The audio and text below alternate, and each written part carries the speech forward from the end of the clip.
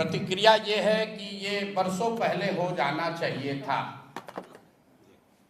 आज आपने अगर सेना का जो अभी प्रेस ब्रीफिंग हुआ है उसमें आपने सुना, उन्होंने कहा कि पिछले 3 दशकों से इस तरह के कैंप, इस तरह की गतिविधियां पाकिस्तान के साइड से होती रही हैं। तो अगर आपके घर के मोहल्ले में कोई आपका पड़ोसी बैठकर आपके घर में कंकड़ फेंकता रहेगा, गोला बारूद फेंकता रहेगा, आग के गोले फेंकते रहेंगे, तो आप कब तक बर्दाश्त करेंगे? कभी ना कभी उसका उत्तर दिया ही जाएगा। और आज अगर ये उत्तर दिया जा रहा है तो पूरा देश उसके साथ खड़ा है।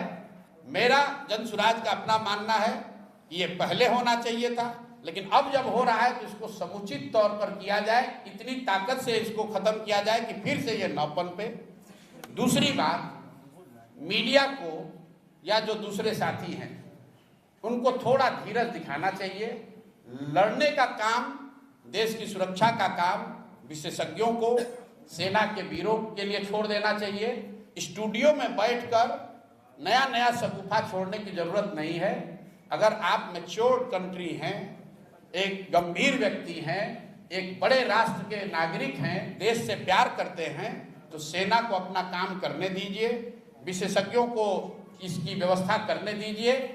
आप और हमसे आपसे अपेक्षा ये है कि हम लोग पूरी तरीके से अपने प्रार्थनाओं में, अपनी दुआओं में, अपनी भावनाओं में, अपने कार्यशैली में सेना के प्रति, और जो सेना के साथ जो साथी इसमें जुड़े हुए हैं, जो इस काम को कर रहे हैं, हम लोग उनके साथ खड़े रहें।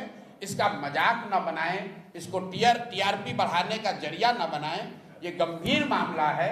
और हम लोग अंतिम बात इसमें ये कहना चाहते हैं कि जनसुराज परिवार की ओर से हम लोग इस बात के लिए प्रार्थना करते हैं कि कोई भी भारतीय नागरिक, कोई भी जवान उस हताहत न हो, भगवान न करे किसी के साथ कोई दुर्घटना न हो। आपके हमारे लिए ये कहना बहुत आसान है कि फलाना आदमी, इतने लोग शहीद हो गए। आपके लिए वो कहानी हो सकती है, किसी के लिए वो परिवार है, किसी के लिए वो जिंदगी है।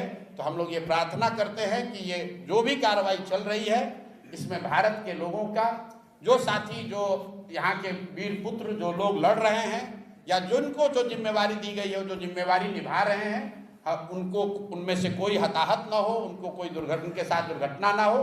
बाकी जो कुछ भी जिम्मेवारी नागरिक होने के नाते हम लोग पर होगी, जो सरकार और सदन तय करेगी, हम लोग सब उसमें साथ खड़े रहेंगे। इसी सवाल को आगे बढ़ाते हुए विपक्षी पार्टियां जो है वो दिन गिनती कर रही हैं कि 13 दिन हो गए, 14 दिन हो गए, सरकार अटैक क्यों नहीं कर रही है? क्या किसी देश पर अटैक कर देना इतना आसान है?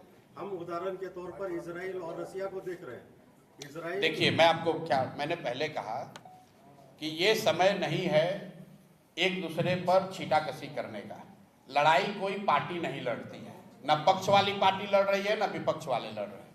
देश के बच्चे लड़ रहे हैं, इस देश के युवा लड़ रहे हैं। तो इस पर राजनीति नहीं कीजिए।